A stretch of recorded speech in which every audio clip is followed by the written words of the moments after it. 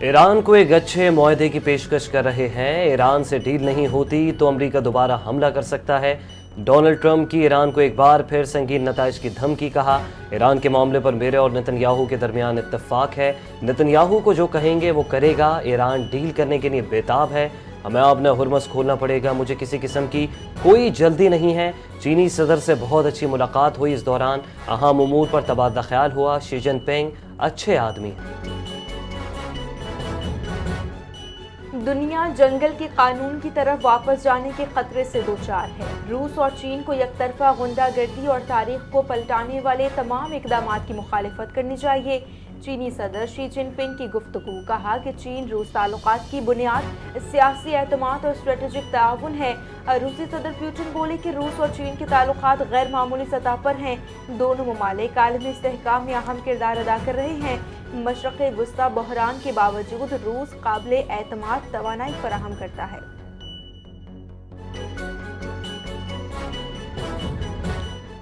دوبارہ جنگ ہوئی تو مزید امریکی طیارے تباہ کریں گے۔ ایران F-35 طیاروں کو نشانہ بنانے کی صلاحیت رکھتا ہے۔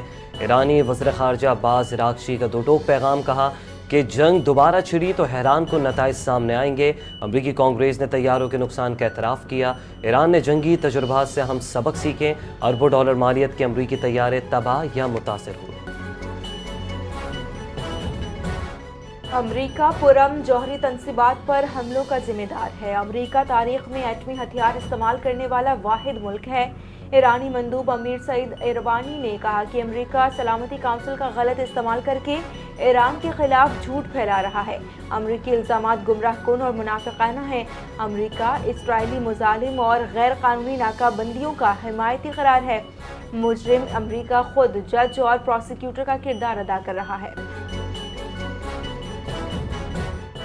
پاکستان نے مذاکرات کی کوششیں تیز کر دیں۔ وزیر داخلہ محسن نقوی ایک بار پھر سرکاری دورے پر ایران پہنچ گئے۔ امریکہ ایران مذاکرات، خطے کی سیکورٹی صورتحال سے متعلق امور پر تبادلہ خیال ہوا۔ محسن نقوی کی ایرانی جنرل احمد وحیدی سے ملاقات۔ پاکستان اور ایران کے درمیان سیکورٹی تعاون بڑھانے، سرحدی صورتحال اور دیگر علاقائی معاملات پر مشاورت کی گئی۔ ایران نے میناب اسکول سے متعلق امریکی دعویٰ مسترد کر دیا۔ ایرانی وزارت خارجہ کے ترجمان اسماعیل بقائی نے امریکی موقف کو بے بنیاد اور افسوسناک جھوٹ قرار دے دیا۔ کہا کہ امریکی حکام 28 فروری کو ہونے والے میزائل حملے کی سنگین حقیقت چھپانے کی کوشش کر رہے ہیں۔ اسکول کے اوقات میں تعلیمی ادارے کو نشانہ بنانا بین الاقوامی انسانی قوانین کی سنگین خلاف ورزی اور واضح جنگی جرم ہے۔ ایران اس وقت دو عالمی دہشت گرد افواج کے خلاف تنہا تاریخی مزاحمت کر رہا ہے۔ ایرانی سپریم لیڈر مجتبیٰ خامنائی کا سابق صدر ابراہیم رئیسی کی دوسری برسی کے موقع پر تحریری پیغام۔ کہا کہ ایران اپنی سرزمین کے دفاع کے لیے آخری سانس تک لڑے گا، دنیا میں دہشت گردی پھیلانے والے شرانگیز ممالک کی دھمکیوں میں نہیں آئیں گے۔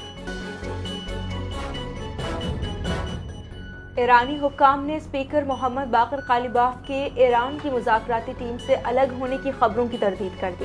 بعض افراد کی جانب سے پھیلائی جانے والی خبروں کو مکمل طور پر جھوٹا اور بے بنیاد قرار دے دیا۔ باقر قالیباف بدستور ایران کی مذاکراتی ٹیم کے سربراہ ہیں۔ چین سے متعلق امور کے لیے خصوصی نمائندے کے طور پر بھی اپنی ذمہ داریاں انجام دے رہے ہیں۔ امریکی سینٹ نے ایران کی ناکہ بندی ختم اور فوجی انخلا کی قرارداد منظور کر لی۔ امریکی سینٹ میں قرارداد 47 کے مقابلے میں 50 ووٹوں سے منظور ہوئی۔ قرارداد میں ایران سے امریکی فوج واپس بلانے کا مطالبہ۔ ووٹنگ اس بات کی علامت ہے کہ ٹرمپ کی انتظامیہ ایران کے خلاف غیر مقبول جنگ سے نمٹنے میں ناکام ہو گئی۔ جنگ سے نہ صرف امریکہ بلکہ دنیا بھر کی معیشتوں کو نصف ٹریلین ڈالر کا جھٹکا لگا۔ امریکی اراکین کانگریس کی بڑی تعداد چاہتی ہے کہ ایران جنگ کے لیے کانگریس سے منظوری لے۔ دورہ چین میں امریکی وزیر خزانہ اسکاٹ بیسنٹ کو سیکیورٹی پر روک لیا گیا۔ چینی محافظوں نے امریکی وزیر خزانہ سے شناخت طلب کر لی۔ اسکاٹ بیسنٹ سیکیورٹی چیک پر ہکا بکا رہ گئے۔ سیکیورٹی بیج دکھانے کے بعد امریکی وزیر خزانہ کو اجازت ملی۔ دورہ چین کے دوران اسکاٹ بیسنٹ کی ویڈیو منظر عام پر آ گئی۔ چینی سیکیورٹی اہلکاروں نے امریکی وزیر خزانہ کو دروازے پر روک دیا۔ یو ای اور فرانس کے درمیان نیا دفاعی معاہدہ طے پا گیا۔ خطے میں کشیدگی بڑھنے پر یو ای فرانس دفاعی تعاون پر متفق۔ دفاعی شعبے میں تعاون بڑھانے کے لیے یو اے اور فرانس کا معاہدہ۔ ایران کشیدگی کے بعد یو اے نے فرانس سے دفاعی تعلقات مضبوط کر لیے۔ یو اے کو ایرانی میزائل اور ڈرون حملوں کا سامنا۔ نیا دفاعی معاہدہ۔ ابوظہبی اور پیرس نے اسٹریٹجک اور دفاعی روابط مزید مضبوط بنانے پر زور دیا۔ پاکستان اور آئی ایم ایف کے درمیان بجٹ مذاکرات مکمل نہ ہو سکے۔ پاکستان میں موجود آئی ایم ایف مشن کے دورے میں 2 روز کی توسیع ہو گئی۔ ذرائع کے مطابق حکومت اور آئی ایم ایف میں بیشتر نکات پر اتفاق ہو چکا، چند نکات پر مزید مذاکرات جاری ہیں۔ آئی ایم ایف کی پیٹرولیم لیوی ہدف میں 18% اضافے کی سفارش۔ اس وقت پیٹرول پر فی لیٹر لیوی 108 روپے 17 پیسے مقرر ہے۔ آئی ایم ایف نے صوبوں کو اضافی 430 ارب روپے ریونیو جمع کرنے کا ہدف دے دیا۔ صوبوں سے وفاق کو تقریباً 2 ٹریلین روپے سرپلس دینے کا مطالبہ۔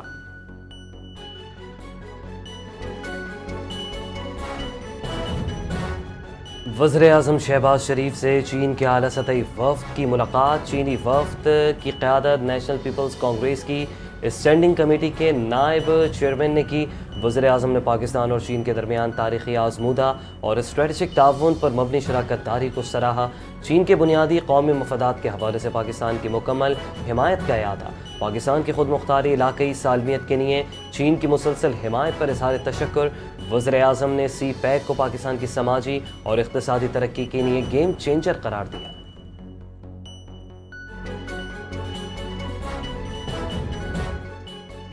وزیر اعظم محمد شہباز شریف سے وفاقی وزیر تعلیم خالد مقبول صدیقی کی قیادت میں ایم کیو ایم کے وفد کی ملاقات۔ وفد نے وزیر اعظم شہباز شریف کو آئندہ وفاقی بجٹ کے حوالے سے تجاویز پیش کی۔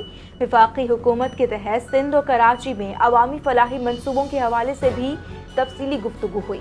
شہباز شریف نے کہا کہ ایم کیو ایم وفاقی حکومت کی اہم اتحادی جماعت ہے جس نے حکومت کا عوامی فلاح کے حوالے سے ہر اقدام میں ساتھ دیا۔ وزیر اعظم کی متعلقہ حکام کو تجاویز پر غور اور قابل عمل لائحہ عمل مرتب کرنے کی ہدایت۔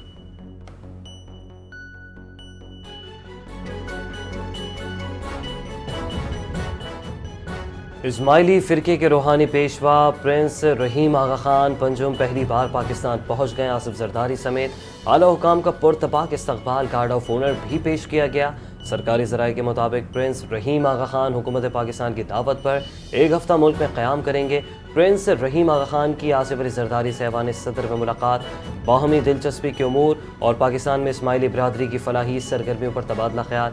پرنس رحیم آغا خان اپنے دورے کے دوران زیادہ وقت گلگت بلتستان اور چترال میں اسماعیلی برادری سے ملاقاتیں اور دیدار میں گزاریں گے۔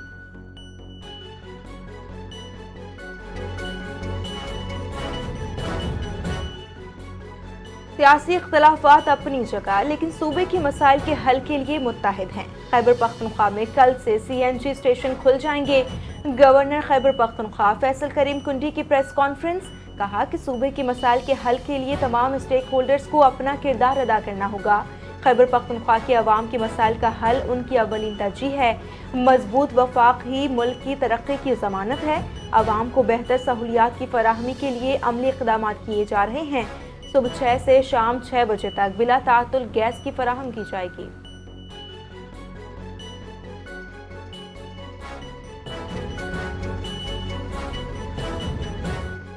رواں سال اسمگلنگ میں 80% کمی آئی ہے۔ پاکستان کوسٹ گارڈز کا منشیات روک تھام میں اہم کردار ہے۔ وزیر مملکت برائے داخلہ امور طلال چودھری کا تقریب سے خطاب، کہا ساحلی پٹی کو محفوظ بنانے میں کوسٹ گارڈ کے 23 جوانوں کی قربانی رائے گاہ نہیں جائے گی۔ پاکستان کوسٹ گارڈ اعلیٰ کارکردگی کے حامل فورس ہے۔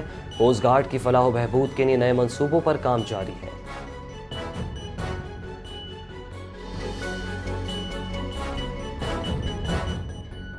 کراچی گارڈن تھانے میں پولیس غفلت کا مبینہ انکشافات۔ منشیات کیس کی ملزمہ کو پرائیویٹ گاڑی میں عدالت منتقل کرنے کا انکشاف۔ انمول اور پنکی کیس میں پولیس ٹرانسپورٹ پر سوالات اٹھ گئے۔ ڈی آئی جی ساؤتھ نے واقعے کا نوٹس لے کر انکوائری کا حکم دے دیا۔ ایس ایس پی ساؤتھ کو معاملے کی تفصیلی رپورٹ تیار کرنے کی ہدایت۔ غفلت ثابت ہونے پر ذمہ دار اہلکاروں کے خلاف کارروائی کا امکان۔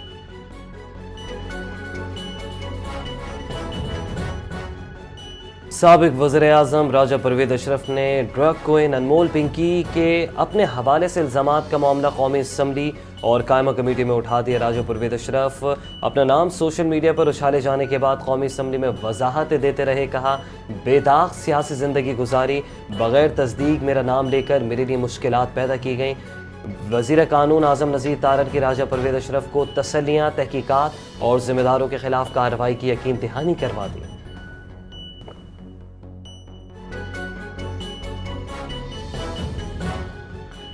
کراچی میں ہیوی گاڑیوں کے لیے ناردرن بائی پاس پر جدید ٹرمینل قائم کرنے کا فیصلہ۔ سندھ حکومت نے شہری ٹرانسپورٹ کے نظام کو جدید بنانے کے لیے متعدد اہم منصوبوں کی منظوری دے دی۔ سینئر وزیر سندھ شرجیل انعام میمن کی زیر صدارت سندھ ماس ٹرانزٹ اتھارٹی بورڈ کا اجلاس۔ ٹرکوں اور ٹرالرز اور ہیوی لوڈنگ گاڑیوں کے لیے شہر سے باہر ناردرن بائی پاس پر جدید ٹرمینل قائم کیا جائے گا۔ کراچی پورٹ کو مجوزہ ہیوی وہیکلز ٹرمینل سے ملانے کے لیے خصوصی ٹریک تعمیر کرنے کا بھی فیصلہ۔ شرجیل میمن نے کہا کہ اس منصوبے سے شہر میں بھاری ٹریفک کے دباؤ میں نمایاں کمی آئے گی، ٹرانسپورٹ نظام بہتر ہوگا۔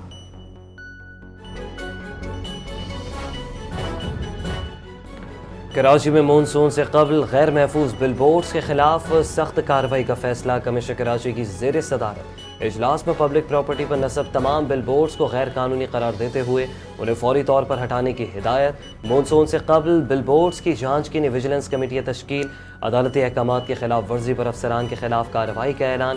غفلت ثابت ہونے پر متعلقہ افسران کے خلاف مقدمات بھی درج ہوں گے۔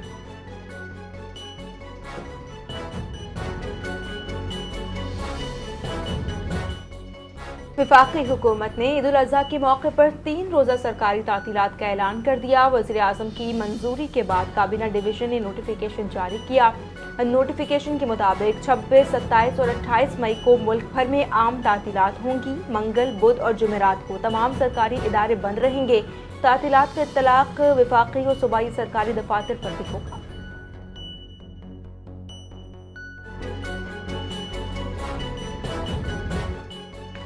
خطبہ حج پہلی بار 35 عالمی زبانوں میں دنیا بھر میں نشر کیا جائے گا۔ اردو، پنجابی اور پشتو سمیت متعدد علاقائی بین الاقوامی زبانیں شامل ہوں گی۔ لاکھوں عازمین اور دنیا بھر کے مسلمان خطبہ حج براہ راست سن سکیں گے۔ خطبہ حج جدید ڈیجیٹل پلیٹ فارمز اور سرکاری چینلز پر نشر ہوگا۔ یوم عرفہ کا پیغام عالمی سطح پر مختلف زبانوں میں پہنچایا جائے گا۔ شیخ ڈاکٹر علی بن عبد الرحمن اس سال خطبہ حج دیں گے۔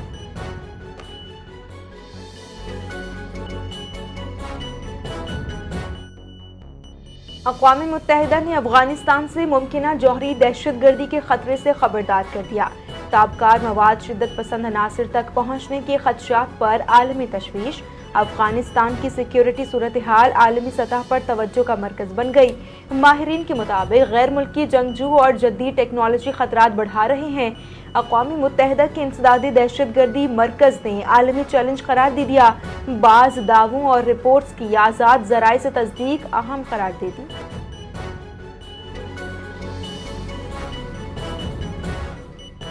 جمہوریہ کانگو میں ایبولا وائرس سے ہلاکت 131 ہو گئی۔ کانگو میں ایبولا تیزی سے پھیلنے لگا، مزید 26 اموات رپورٹ۔ WHO نے وائرس کے پھیلاؤ پر عالمی ایمرجنسی نافذ کر دی۔ طبی سہولیات کی کمی، کانگو میں ایبولا کی بروقت شناخت مشکل۔ اردن نے کانگو اور یوگانڈا سے آنے والے مسافروں پر پابندی لگا دی۔ وائرس کے خدشات پر خطے میں ہائی الرٹ جاری۔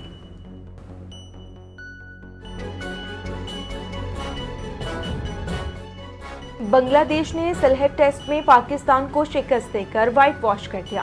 قومی ٹیم کو دوسرے ٹیسٹ میں 78 رن سے شکست، سیریز بھی 2-0 سے ہاتھ سے گئی۔ بنگلہ دیش نے تاریخ رقم کرتے ہوئے پاکستان کو کلین سویپ کر دیا۔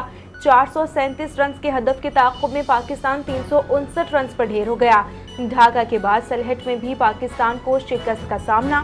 ورلڈ ٹیسٹ چیمپئن شپ کے پوائنٹس ٹیبل پر تنزلی قومی ٹیم 8ویں نمبر پر چلی گئی۔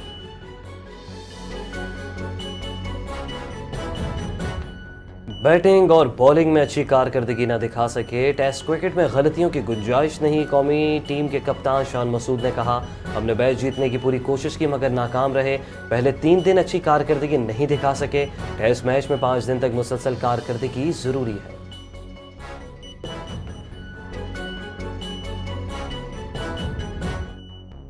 اور سلہٹ ٹیسٹ میں آئی سی سی کوڈ آف کنڈکٹ کی خلاف ورزی پر سلمان علی آغا کی سرزنش۔ سلمان علی آغا کو ایک اور ڈی میرٹ پوائنٹ مل گیا۔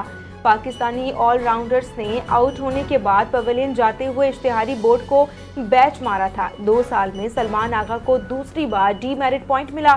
آئی سی سی کے مطابق سلمان علی آغا نے اپنی غلطی کا اعتراف بھی کر لیا۔